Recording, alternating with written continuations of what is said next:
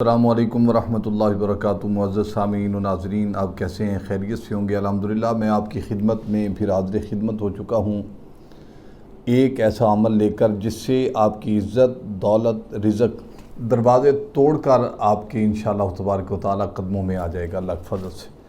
اس کے بارے میں آپ کو ایک انشاءاللہ تبارک و تعالیٰ روایت بھی بتاؤں گا، اور جس کے بارے میں یہ لکھا جاتا ہے، علماء کرام نے اس طرح اس کی مثال دی ہے کہ اگر بابا فرید الدین گنج شکر علیہ الرحمہ اور ان کے شیخ قطب الدین بختیار کاکی علیہ الرحمہ اور ان کے شیخ معین الدین چشتی اجمیری علیہ الرحمہ اور ان کے شیخ عثمان ہارونی علیہ الرحمہ اور ان سے بڑے شیخ عبد القادر جیلانی محبوب سبحانی قطب ربانی اور حسن بصری علیہ الرحمہ اور حضرت علی المرتضیٰ کرم اللہ وجہہ الکریم اور چاروں مقرب ملائکہ، ان سے بھی اگر آپ وظیفہ مانگیں تو یہ جو آپ کو میں وظیفہ بتانے والا ہوں وہ بھی سب اسی وظیفے کا آپ کو بیان کرتے۔ وہ وظیفہ ہے صبح و شام استغفار کرنا۔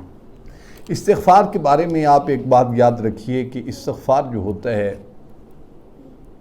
یہ آپ کی دولت میں اضافہ کرتا ہے، آپ کے رزق میں اضافہ کرتا ہے، آپ کی عزت میں اضافہ کرتا ہے۔ اور نبی علیہ السلام نے فرمایا کہ استغفار کیا کرو، اس سے آپ کی پریشانیاں دور ہوں گی، اللہ تعالیٰ گناہوں کو معاف فرمائے گا اور آپ کے رزق میں بے بہا اضافہ ہوگا، جس کے بارے میں مولا کائنات شیر خدا حضرت علی المرتضیٰ کرم اللہ وجہہ الکریم آپ کے قدموں میں ایک سائل حاضر ہوا، عرض کی یا علی میں آپ کی خدمت میں کچھ لینے کے لیے حاضر خدمت ہوا ہوں۔ آپ نے فرمایا استغفار کیا کرو۔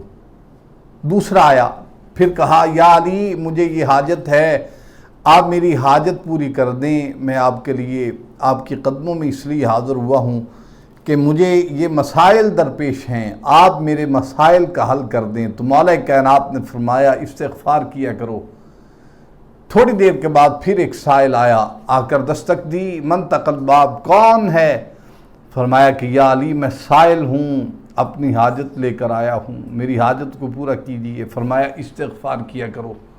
ایک قریب بیٹھا ہوا تھا غلام، عرض کی یا علی پہلے کو بھی استغفار، دوسرے کو بھی، تیسرے کو بھی استغفار، یہ اس کا کیا معنی ہے؟ تو آپ نے فرمایا تم قرآن نہیں پڑھتے؟ فَقُلْ تَسْتَغْفِرُوا رَبَّكُمْ إِنَّهُ کان غفارا، اللہ نے خود قرآن میں کہا ہے استغفار کرو، استغفار کرو۔ استغفار کی اتنی برکات ہیں کہ قرآن سے حوالہ دیا مولا کائنات نے۔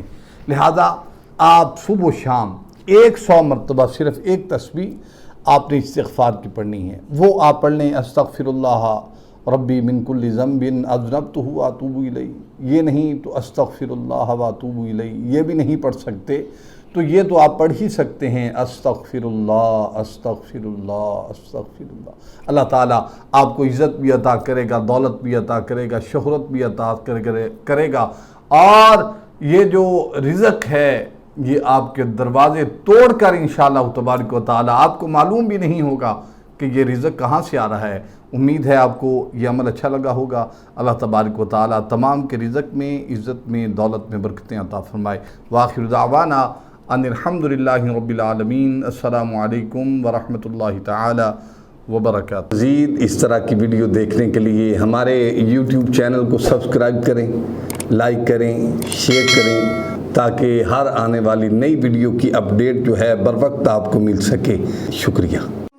فَإِنَّ مَعَ الْعُسْرِ يُسْرًا، إِنَّ مَعَ الْعُسْرِ يُسْرًا، فَإِذَا فَرَغْتَ فَانصَبْ